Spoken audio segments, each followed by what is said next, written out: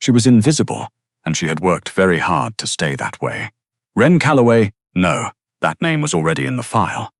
Hazel? No. Juniper? No, her name was Faye Morrow, and she was the best accountant the Aurelio family had ever employed. Even if none of them knew it yet, she sat at her desk on the 14th floor of Castellan Logistics, a company that, on paper, moved freight between Chicago and the eastern seaboard, and that, off paper, moved considerably more complicated things. And she did what she always did. She made herself small. It was a skill she had refined over 29 years of living in a body the world had never quite approved of. She wore dark cardigans over darker blouses. She kept her hair pinned back. She ate her lunch at her desk, a sad little container of leftover pasta, and she did not look up when the men in expensive suits walked past her office door. They never looked at her either. That was the arrangement. That was how it worked. She tracked their money. She caught their errors before the errors could become problems.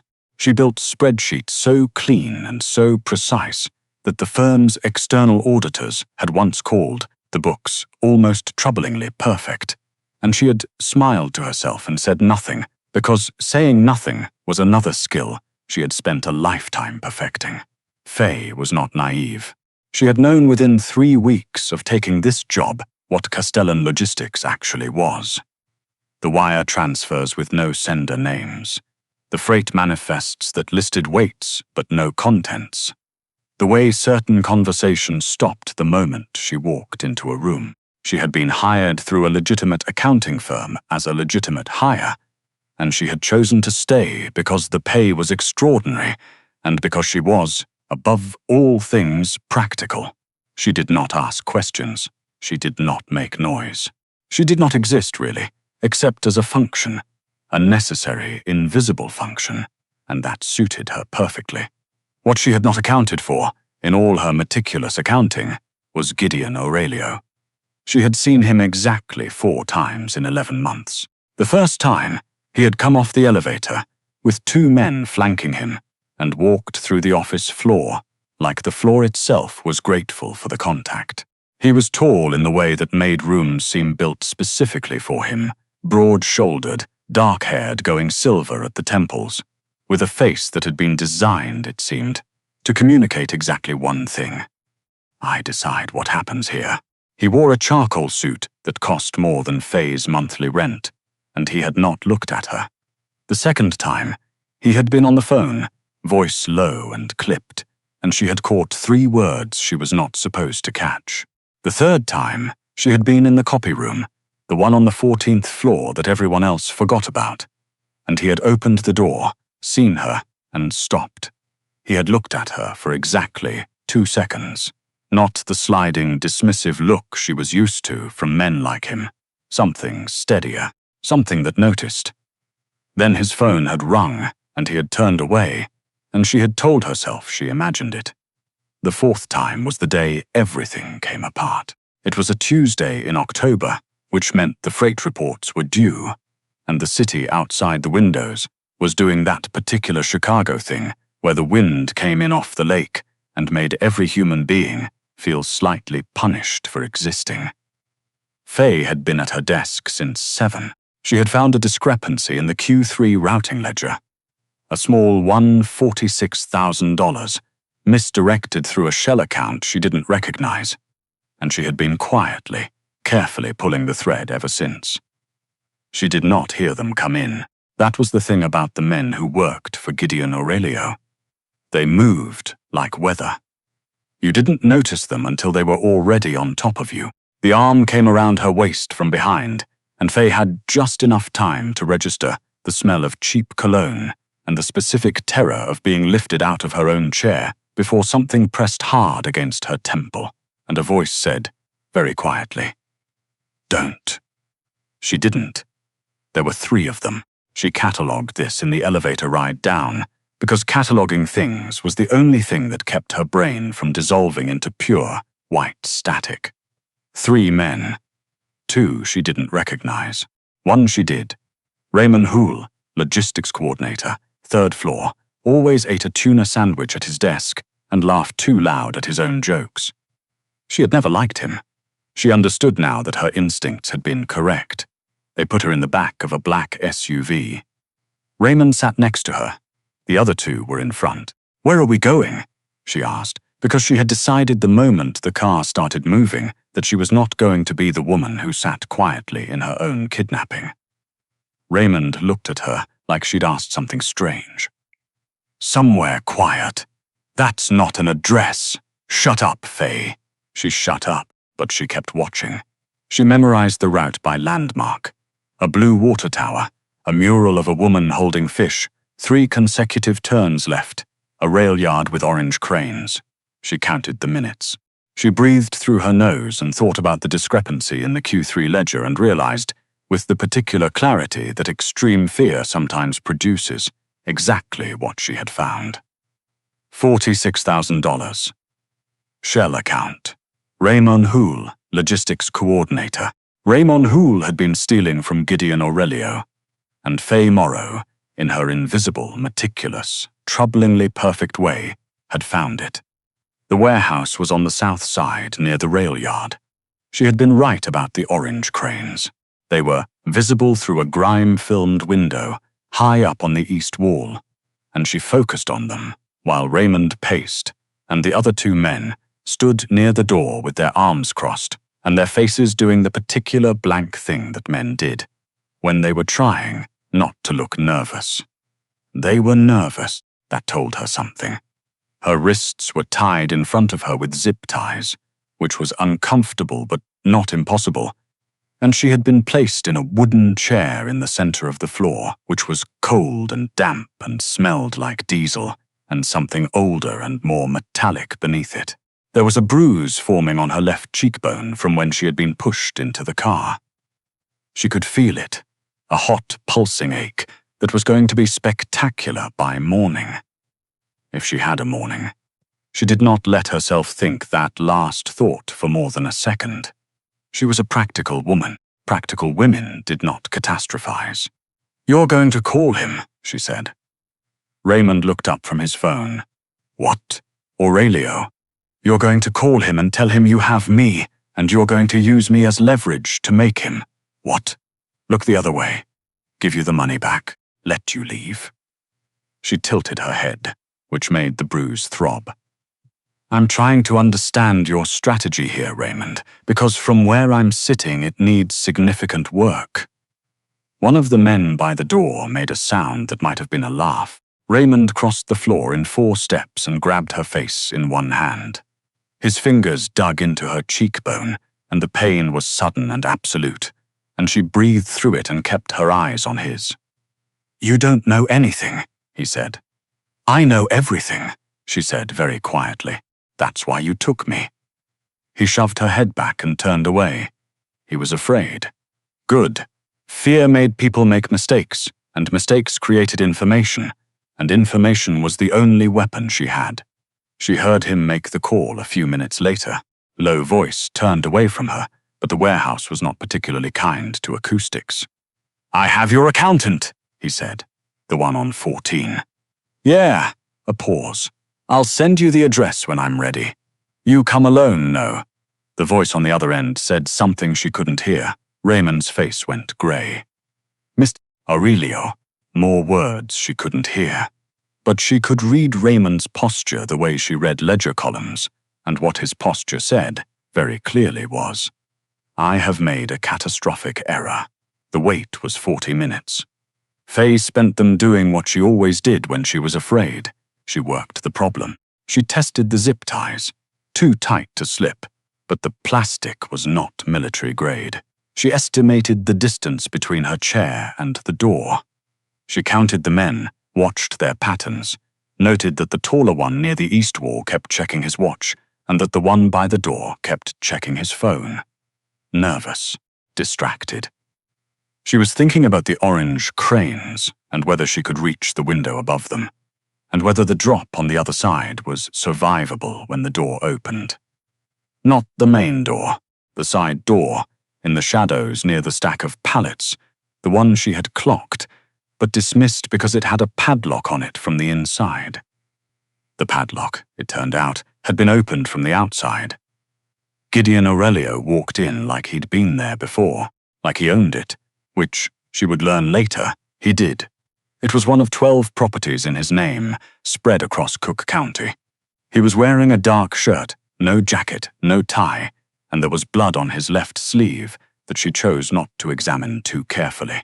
He had 2 men behind him who she did not recognize, but who had the particular quality of men who had handled many difficult situations with minimal noise. He stopped when he saw her. The room went very still.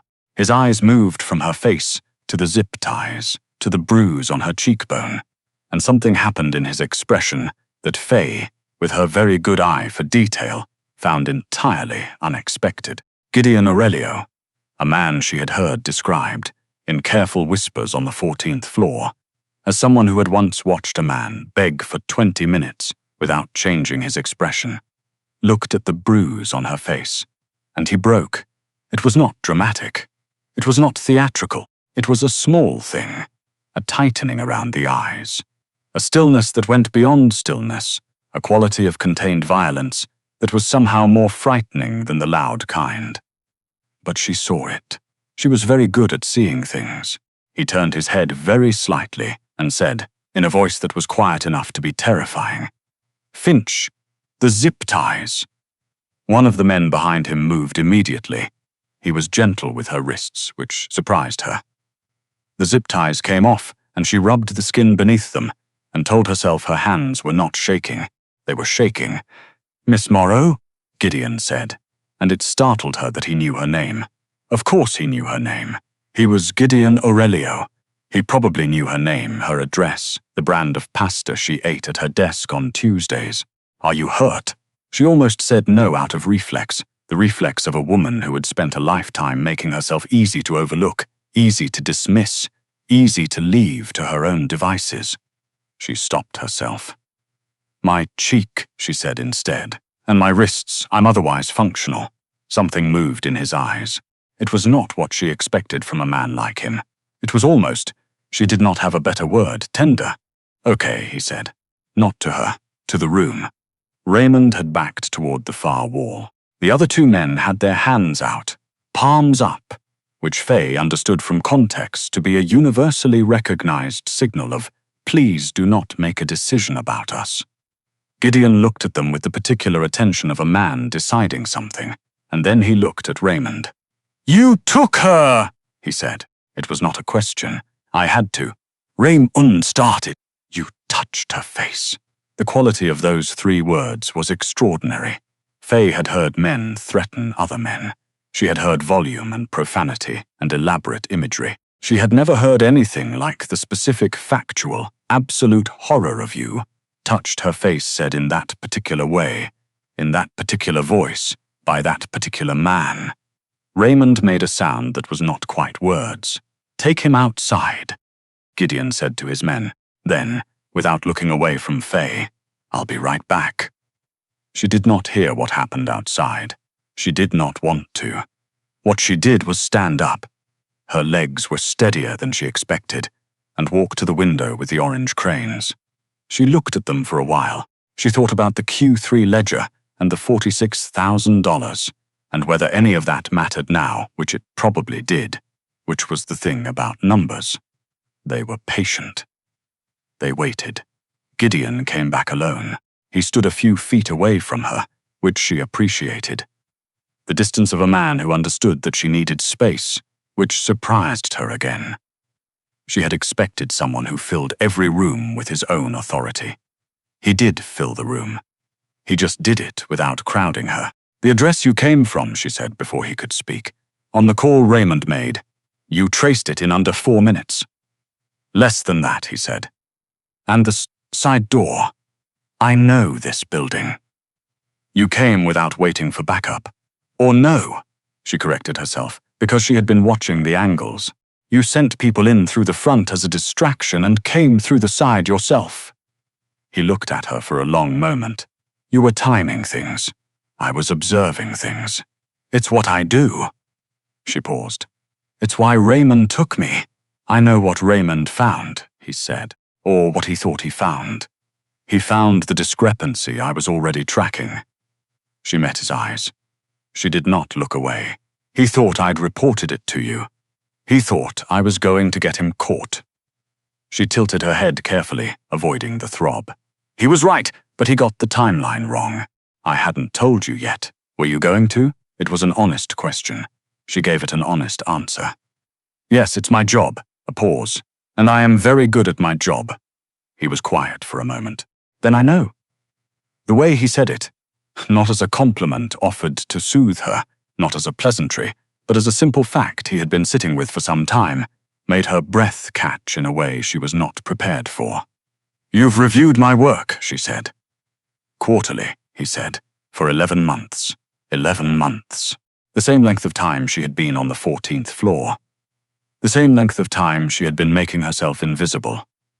You've been watching me, she said. She was not sure how she felt about that. I watch everything. He paused. But not like that, not the way you mean it. He moved, just slightly. Not toward her, but a shift in posture. Something opening up. Something that cost him something. You catch things that shouldn't be catchable. You caught the Marsden routing error in February before it would have cost us $900,000. You found the double entry problem in the offshore accounts in June without being asked. You work 12 hours a day and you eat lunch at your desk and you never ask for anything and you never take credit. And I have been. He stopped. He was not a man who stopped. You've been what? She asked very quietly. He looked at her. Outside, somewhere distant, a train moved through the rail yard, and the orange cranes did their slow, mechanical work. Noticing, he said. I've been noticing you, Faye. Her name in his mouth was not what she expected. It was not formal. It was not professional. It was something else entirely. I work for you, she said. Yes. I'm your accountant. You're the best accountant I've ever had. A pause, and then something shifted in him, and she saw, beneath the suit, beneath the blood on his sleeve, beneath the man who had just walked into a warehouse to retrieve her without flinching, something that was simply true. And that's not why I came here in less than 4 minutes, Faye. The silence stretched. It was not an empty silence. It was the kind that was full of something unfinished. She thought about 11 months of invisible lunches and dark cardigans, and making herself take up as little space as possible in a world that had never asked her to take up any space at all. She thought about 3 seconds in the copy room when he had looked at her. Really looked, and she had told herself she'd imagined it. She had not imagined it. Your sleeve, she said finally, because she was a practical woman, and practical women did not lose themselves entirely. You should have that looked at. I've had worse. That's not the same as having it looked at.